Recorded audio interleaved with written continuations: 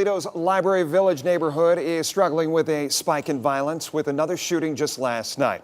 The 15-year-old who was shot is expected to survive. It is the latest in a series of violent acts that have hit what has been a normally quiet area, and city leaders, they're taking notice.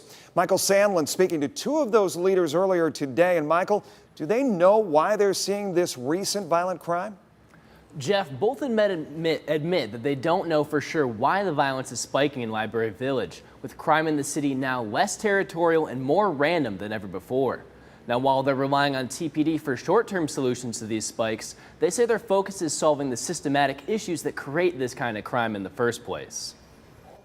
Save Our Community Commissioner David Bush and Deputy Safety Director Angel Tucker say the recent crime and bloodshed afflicting Library Village has their full attention. We have families also, so of course we're concerned, but we're going to do all that we can in order to provide resources and to continue to work with residents within our community.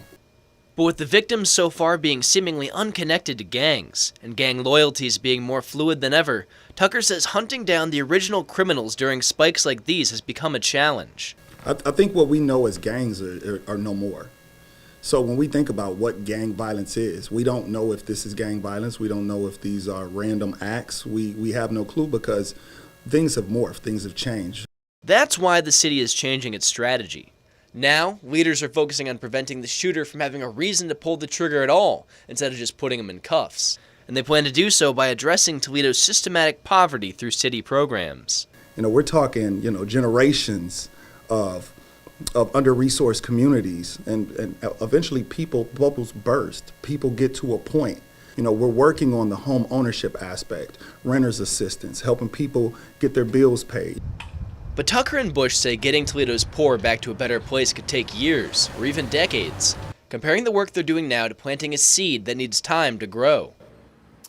Michael, let's talk, obviously they talk about long-term. Let's talk a little bit about what are the short-term solutions to this? Well, Jeff, that's a great question. So I asked Commissioner Bush that very question, whether he's planning on putting violence interrupters in Library Village. And he said it's possible, but it comes down to funding and whether the community members want it.